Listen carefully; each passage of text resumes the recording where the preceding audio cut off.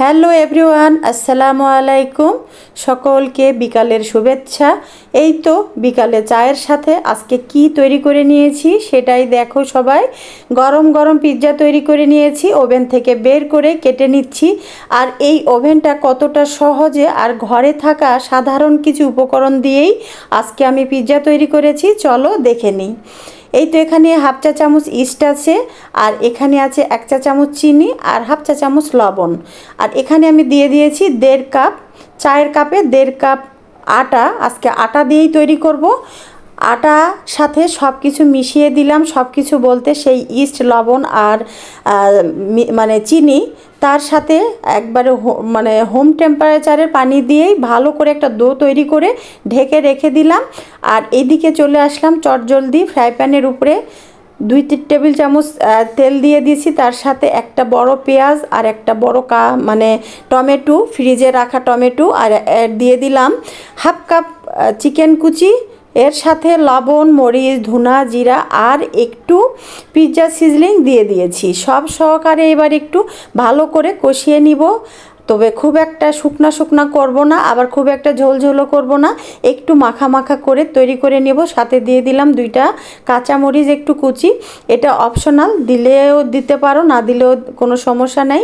তবে আমি এখানে যেটা দেই নাই সেটা হলো শুকনা মরিচের চিলি ফ্লেক্স, সেটা তোমরা ঘরে থাকলে তৈরি করে দিয়ে দিও। আমারটা শেষ হয়ে গেছে তাই আমি দিলাম না। আর এই তো এদিকে আমার আটাটা ফুলে উঠেছিল, হাত দিয়ে আবার ভালো করে একটু ছেনে নেব। আর আমার কিন্তু পুরটা খুব সহজেই তৈরি হয়ে গেল, ঠান্ডা হতে রেখে দিলাম। এইদিকে আটাটাকে ভালো করে আবার একটু ছেনে নিয়ে খুব সুন্দর একটা ডো, নরম সফট একটা ডো তৈরি হয়ে গেছে। এইবার আমার ভাত খাওয়ার প্লেটেই আমি আজকে পিৎজা তৈরি করব। পিৎজার প্লেট আমার আছে, তবে ওটাতে না করে আজকে এটাতেই তৈরি করে নিচ্ছি।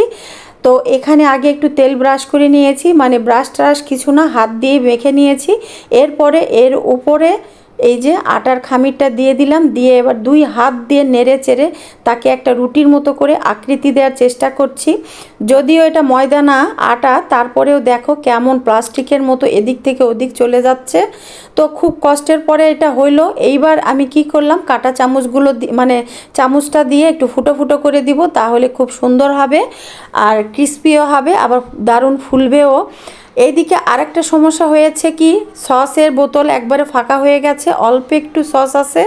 তো এই সসটা যে এত প্রয়োজন লাগে, টমেটো সসটা কিন্তু প্রতিদিন নাস্তাতে লাগে, আমার 7 দিনও যায় না 1 বোতল সস। তো এই যে আবারও শেষ হয়ে গেছে। এর মধ্যে কিন্তু রূপক আবার কী করে, মাঝে মাঝে খালি খালি চেটে চেটে খাই, এই জন্যই আরও তাড়াতাড়ি এই সসটা শেষ হয়ে যায়। তো এই মুছে মাছে ভালো করে দিয়ে দিচ্ছি।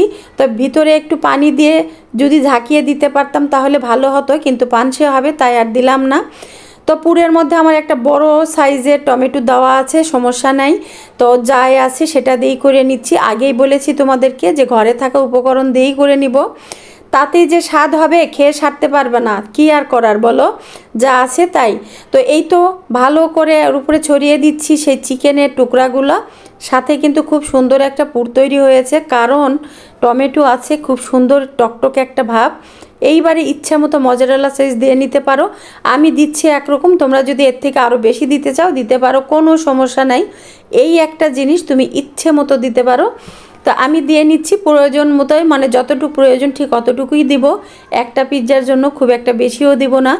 এই তো হয়ে গেছে, অনেকটাই কিন্তু দিয়েছি মজারেলা চিজ। এর উপরে দিয়ে দিচ্ছি যে আগে আমি আমার টাইটেল দিয়েছি যে আপেলের পিৎজা করে নিব আজকে। তো সত্যিই আমি আপেলগুলো, গ্রিন আপেল টুকরা টুকরা করে নিয়েছিলাম, সেটা উপরে ছড়িয়ে দিলাম। 25 মিনিটে সেট করে দিচ্ছি। আগেই কিন্তু আমি 5 মিনিট প্রিহিট দিয়ে নিয়েছি সব সহকারে। কত হলো 20 আর 5-এ 25, প্রিহিট সহকারে 25 মিনিট বেক করে নিব। এই যে 25 মিনিট পরে দেখাচ্ছি, এটার অবস্থাটা দেখো কত সুন্দর হয়ে গেছে, কত সহজে 25 মিনিটেই একটা পিৎজা তৈরি হয়ে যায়। আর এত সুন্দর পিৎজা আর এত মজাদার পিৎজা হয়েছে, তোমরা তৈরি না করে নিলে বুঝবা না।